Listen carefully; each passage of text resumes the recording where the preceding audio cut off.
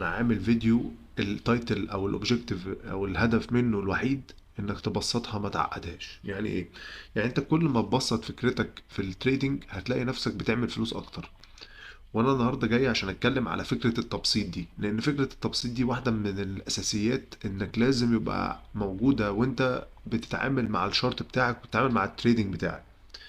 خليني اخش في الموضوع على طول واقول لكم انا اقصد ايه بموضوع تبسيط التريدينج موديول او تبسيط التريدينج موديل بتاعك، بحيث ان انت لما تيجي تابروتش شارت زي ده تبقى عارف انت عايز تعمل ايه وتمشي في انهي اتجاه.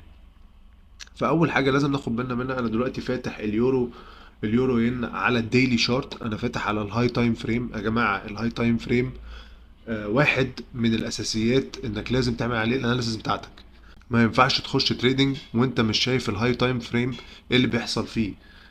الهاي تايم فريم بتاعي زي ما انتم شايفين في حالة صعود، يعني باين قوي. يعني كل ده بص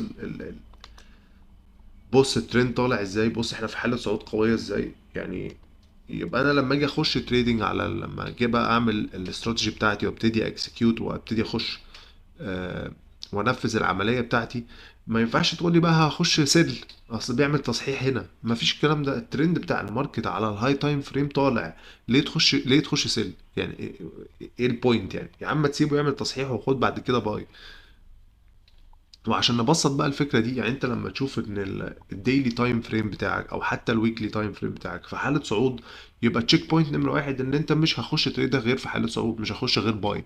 من الاخر كده يبقى انا كده بروجرامينج كده، انا شفت الترند بتاعي طالع على الهاي تايم فريم على الديلي اهو زي ما انتم شايفين في حاله صعود. يبقى اول حاجه انا هعملها، انا هتارجت اخش اي تريده مش هتكون غير باي، مش هخش سيل. تمام. تمام.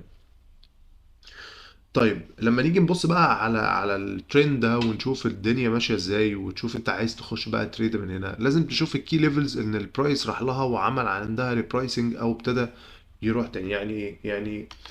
بصوا هنا شايفين البرايس هنا عمل ايه؟ راح عند نص الفير فاليو جاب على الديلي وراح عكس وطلع. انا بقى عشان اخش تريده هنا هنزل على اللو تايم فريم واشوف الدنيا هتمشي ازاي، عندي تريده ولا ما عنديش. هكبر هنا عشان الناس تشوف معايا كل اللي انا بقوله. انا كنت عايز اوريك الترند بتاعك، شايف حتى طالع. انا ليه بقى اخش سل؟ ما هو يا جماعه، ما هو دي الحاجات الاساسيات بتاعت اي صفقه هتخشها، انك لازم الاول تحدد اتجاهك. ولو تحدد اتجاهك تحدده على الهاي تايم فريم، يعني على الويكلي او الديلي. وبعد كده لما تيجي تكسكيوت او تيجي تخش هتشوف انهي سيشن، هخش في لندن ولا في نيويورك.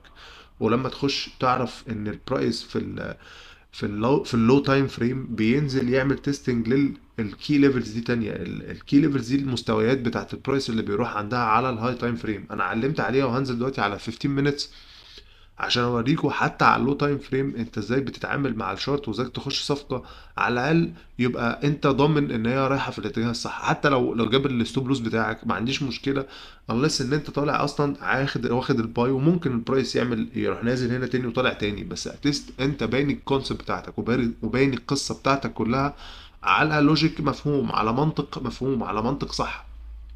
وهو ده اللي انا عايز اتكلم، عشان كده انا بتكلم في التبسيط.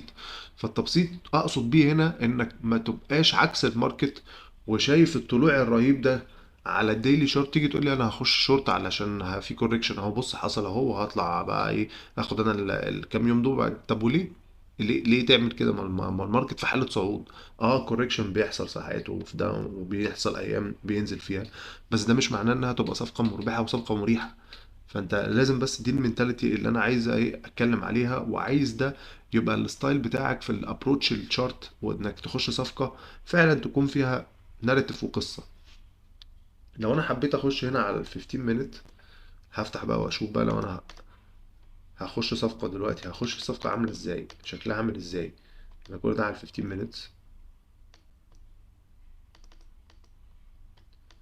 بصوا بقى يا جماعة الشغل بقى، بصوا بقى الشغل اللي بيحصل. وريتكم الفير فاليو جاب اللي على الديلي ايه اللي حصل فيها. البرايس نزل وطلع كونسوليديت، ما عملش اي حاجه، وراح طلع كسر لي ماركت ستراكشر هنا. شايفين كسرة الماركت ستراكشر؟ يعني ايه كسرة يعني الشمعة دي بتاعت الربع ساعة دي قفلت فوق الوكاية دي.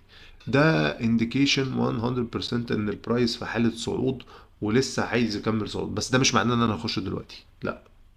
امال معناه ايه؟ معناه انك تهولد بقى. هنا بقى يجي وقت الانتظار الرخم اللي معظم الناس ما بتستحملوش، او تبقى مستعجله عايزه تخش، او مرتبطه بال صفقه مرتبطه بقى بالمشاعر، الحق ده طلع قبل ما يفوتني. كل هم بيلعبوا بقى في الحته دي. انت بتبقى قدامك الحقائق واضحه وصريحه، وعارف ان هو طالع، بس مش عارف تخش منين. عشان كده بقول لك بسطها على نفسك. لما تلاقي الكي ليفل ده اللي احنا على الهاي تايم فريم، البرايس نزل وقعد يكونسوليديت وراح كسر وكسر تاني هنا كمان، بص اتكسر، كسر واحده هنا، واحده كمان هنا. ده يقول لك ايه؟ ده يقول لك ان انا في حاله صعود. حلو.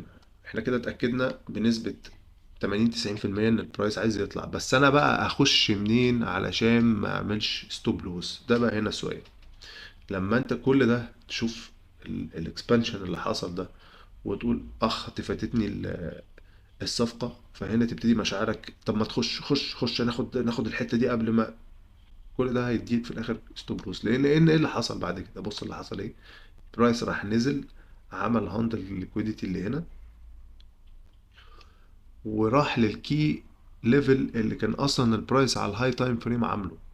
فانت راح البرايس نزل هنا، عمل لك الناس اللي حاطه الستوب لوس بتاعها هنا راح جابها، وابتدى بعد كده ياخد التيك اوف بتاعه في الصعود.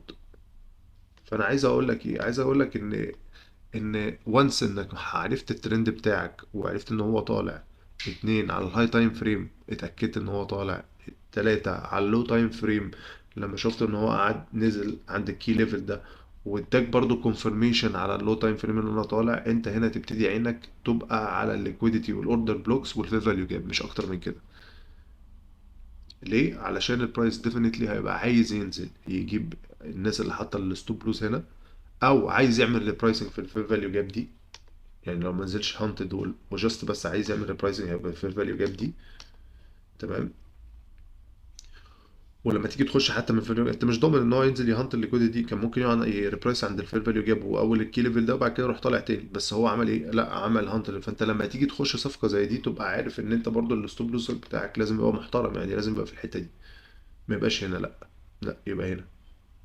هشغل الارض عشان تشوفوه. ليه لازم يبقى هنا؟ علشان حته الكونسوليديشن دي، شايفين حته الكونسوليديشن دي انا اتكلمت عنها في فيديوهات قبل كده. حته الكونسوليديشن دي دايما بيبقى عندها ليكويديتي رهيبه من فوق ومن تحت، فبيحب البرايس ان هو يطلع يهانت الليكويديتي وينزل تاني يهانت الليكويديتي، عشان عارف ان في ستوب لوس هنا. هنا لو نزل لهنا يبقى هنا غالبا بيعكس وينزل، مش مضطر ان هو ينزل يهانت كل الليكويديتي دي كلها، علشان ده كي ليفل على الهاي تايم فريم، على الديلي وعلى الويكلي وعلى الكلام ده كله. فانا بس بحط لك الكلام ده قدامك عشان تعرف قد ايه ان تبسيط الامور في التريدينج يخليك يغير وجهة نظرك في الصفقة، ويغير وجهة نظرك في الربح. فانا لما تارجت فير فاليو يبدي مش متاكد لسه هينزل هانت الليكويديتي دي ولا لا، ودخلت حتى من هنا، احط الستوب لوس بتاعي هنا. متارجت ايه بقى؟ متارجت بقى انه يطلع لونج، واخد لونج، يعني هاخد هنا تيك بروفيت. لو هيكمل تاني هاخد تيك بروفيت تاني. عندك بص كام تارجت؟ واحد ادي، دول طبعا دبل توب، دبل توب دول يعني ديفينتلي هيبقى فيهم هانت ليكويديتي. شايفين دبل توب دول على طول ناس هنا حاطه ستوب لوس. اول ما نزل عمل هانت هنا وعمل ريبرايسنج في الفيلو جاب، طلع على طول اول تارجت جابه، وبعد كده اللي وراه واللي وراه. بس فده اللي انا كنت عايز اشرحه النهارده واعمل له توضيح، علشان الناس تفهم انك لما تيجي تابروتش او ما تيجي تخش على تريدر، ايه التشيك بوينتس انت ده لازم تخش بيها الاول. اول تفتح الهاي تايم فريم، تشوف الهاي تايم فريم بيقول لك ايه. انا طالع، انا نازل، ولا انا كونسوليديت؟ لان هتلاقي في ساعات في التايم فريم، في الهاي تايم فريم كمان في كونسوليديشن، يعني طالع زي ده كده بس ديلي على الهاي تايم فريم كونسوليديشن، طالع ونازل. طب انا اخش ليه؟ اخش ليه في اليورو ين طالما في كونسوليديشن؟ لا، اشوف في اكسبانشن او في ديكلاين واشوف واخش. اتنين، لما اشوف على الهاي تايم فريم ان هو راح لنقطة معينة في السعر وابتدى يرد منها، انزل على اللو تايم فريم اشوف حصل البريك في الاستراكشر زي ده ولا لا، وفي فيرفيو جاب اخش منها ولا لا، في اوردر بلوك ولا لا، في ريكوديتي اتاخدت ولا لا. وبعد كده اروح حاطط السيت اب بتاعي. يعني اتمنى يكون ان الفيديو بسيط والناس فهمت الفكرة. ان ليه انا عايز ابسط الدنيا. وبطلب منكم يا جماعة الكلام ده ارجع اعمل عليه باك تيستنج. يعني ايه باك تيستنج؟ يعني ارجع على الشارت بتاعك، افتحه في اي يوم في اي وقت من السنة، وشوف الكلام ده بيحصل ولا لا. افتح الويكلي، افتح الديلي، واعمل نفس اللي انا عملته قدامك ده. شوف الكلام ده موجود فعلا ولا مش موجود. علشان انا بس مش بقول لك معلومه خلاص، انا بقول لك معلومه، بقول لك بعد اذنك روح اتاكد منها وشوف الكلام ده صح ولا لا. ما تاخدش المعلومه مني وخلاص. انا عايزك تنزل وتشوف الكلام ده بيتحقق قدامك ولا ما بيتحققش، ولو بيتحقق بيتحقق ازاي، وانت هتتعامل مع التريده دي ازاي، وهيبقى تارجتك فين والستوب لوس بتاعك فين. هو ده اللي مطلوب منك، انك تعمل الهوم ورك ده. فاتمنى تكون المعلومه واضحه وصريحه، واتمنى ان الناس فعلا تاخد المعلومه وتروح تدور عليها مره واثنين وثلاثه وتعمل عليها تيستنج مره واثنين وثلاثه، علشان يتاكدوا ان هو لما ياخدوا موديل معين يمشوا عليه او استراتيجي معينه في التريدنج يمشوا عليها، يكونوا ماشيين على الاستراتيجي الصح. اللي محتاج اي حاجه يكتب لي في التعليقات. بشكركم والى اللقاء.